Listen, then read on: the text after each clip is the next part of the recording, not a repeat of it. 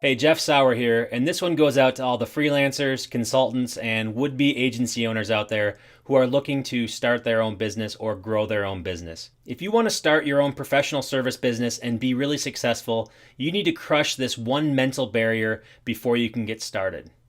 Now, I'll tell you what that barrier is in just a minute here, but first of all, I wanted to start with a little story. There are two types of business owners, there's two types of entrepreneurs.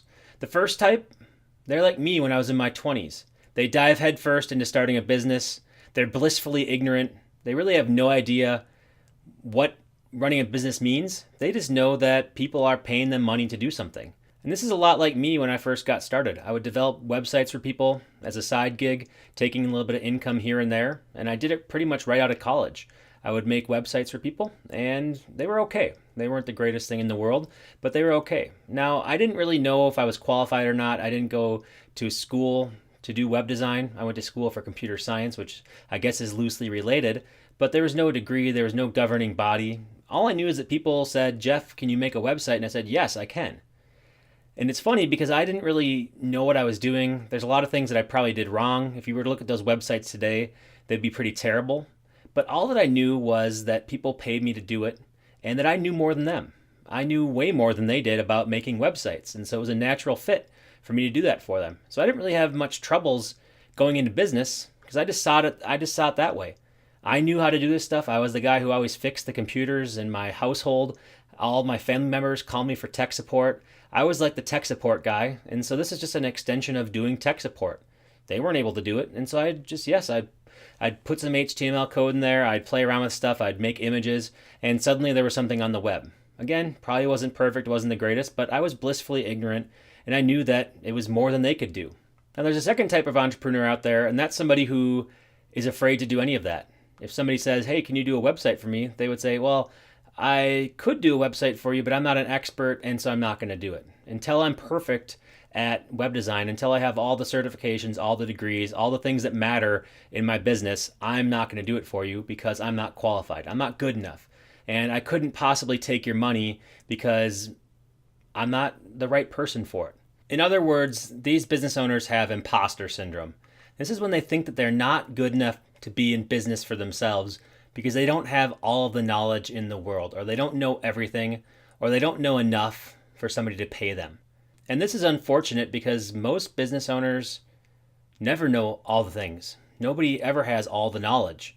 And so really what it comes down to is knowledge is not the most important thing that goes into being a successful freelancer, consultant, or somebody who performs services. Knowledge is not the most important thing, believe it or not. Really, it's your ability to deliver that sets you apart, and that's really what matters in the business. Your ability to deliver the goods, your ability to deliver something that makes your clients happy, that makes them satisfied, that makes them want to pay you, not just for the work you did, but to pay you for future work. So they want to keep on working with you because they know you can deliver results. That's really what makes your world go round in this business, is by being able to deliver. And you don't have to be the foremost expert in the world in order to get to that point. So when I go back to how I was blissfully ignorant in business, why was that? Why was I so blissfully ignorant? Because I knew one thing. I knew that I knew more than my clients. I knew that my clients didn't know how to make a website. And so it was pretty easy for me to be the one who could provide them with that expertise. I had been spending years training myself and getting confident in that I can help solve people's problems, especially people who didn't really get technology. So even though I wasn't polished, even though I was barely qualified to do the job, clients were happy with the results. And that doesn't mean that I didn't have imposter syndrome myself. I did. I knew that I wasn't the foremost expert in what I was doing. I knew that I wasn't perfect at every single part of making websites. I knew that I had strengths and I had weaknesses. I was not a very good designer, even though I called myself a web designer. I was actually not that great of a coder, even though I called myself a web developer. I was not that great at the server side of things. There's a lot of things that I was not very good at. But I was pretty much a jack of all trades, and I could give them something complete, and I could give it at a price that they were willing to pay. And yes, somebody who was more complete than me would have basically been able to charge much more money. But then again, these clients probably wouldn't have worked with them because they didn't have much of a budget. So it was a perfect storm. They get what they pay for. They get a non-expert. And that's how it went on for a long time. That's how it went on for many years until I figured out how to become an expert. And so yes, I had imposter syndrome. I kept on thinking that I'd get found out, that people would know that I wasn't that great, that I wasn't an expert. And so what I would do is I would just go and try to have evidence that I was an expert. So I would keep on reading. I would learn everything I could. I basically wanted to be able to defend myself if somebody said, well, what about this? You didn't know about that. I went and learned. I went and learned everything I possibly could about my craft, and not just my first craft of web design, but of everything from search, from SEO, PPC, analytics, social media. I learned everything under the sun about digital marketing in general so that I could deliver a complete solution. And nobody ever really called me out on it, but if they would have, I would have been able to say I'm an expert. And the funny thing is, becoming an expert did so many other great things for me. It allowed me to raise my rates. It allowed me to stay in demand. It made it so people sought me out so they could work with me. All these awesome things. And eventually, along the way, I became an expert. People started saying, Jeff Sauer, web analytics expert. Jeff Sauer, PPC expert. Jeff Sauer, expert. It's sort of wild to see that happen. Now, you might not believe this, but I'm going to tell you right now that you have what it takes to become an expert.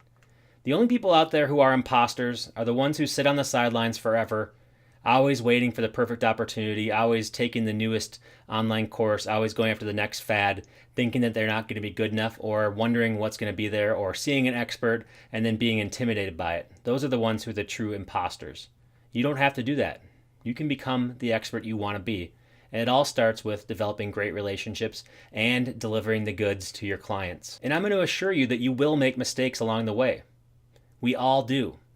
And those mistakes are what are going to make you better. They're going to make you a better business owner. They're going to make you more of an expert. The mistakes are what make us awesome. The mistakes are the best part. Even though we always think that we're going to be a failure, that you fail once and it's over. That's not how it goes.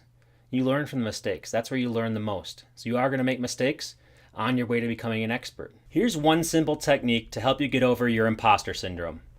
Take a piece of paper and draw a line down the middle. On the left-hand side, write down the names of your previous clients. On the right-hand side, write value that you've delivered for them. You'd be surprised how much value you've already delivered. And if you are feeling like an imposter, if you're feeling like a fraud, know that you're not. You've already started to deliver. And if you don't have any clients yet, that's okay too. What you need to do is you need to go out there and you need to find a client. Now think about it from the perspective of me when I was first getting started out. Basically, there were people who needed a website to get done and they trusted me to do it, but they weren't really somebody who had a huge budget to get a website done. And so basically I worked very inexpensively in order to get experience. I didn't know it at the time, but basically what I was doing then is way less than I was able to charge in the future. So generally speaking, there's all kinds of clients for all kinds of service providers. Very rarely do you start out at the top of your profession, working with the best people in the entire business. We all think that's how it's going to go. We just get started. We sign our first contract and it's with Coca-Cola, or we're doing something for Netflix. That'll never be the case. They have big agencies working with them. They have the experts working with them because those people have built their way up to that point in time.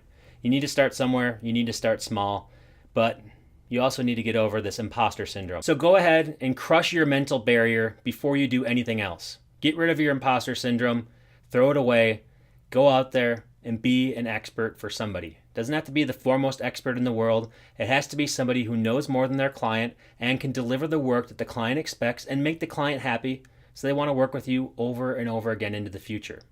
Do that once and you'll feel good. Do that multiple times and you have a real business. Now, if you like this video, I encourage you to subscribe to our weekly Sage newsletter at www.agencycourse.com. There, you're going to get a newsletter every single Friday where we share with you some of my favorite tips for running a successful professional service business. And once again, I'm Jeff Sauer, and I hope that you enjoyed this edition of the Agency Sage.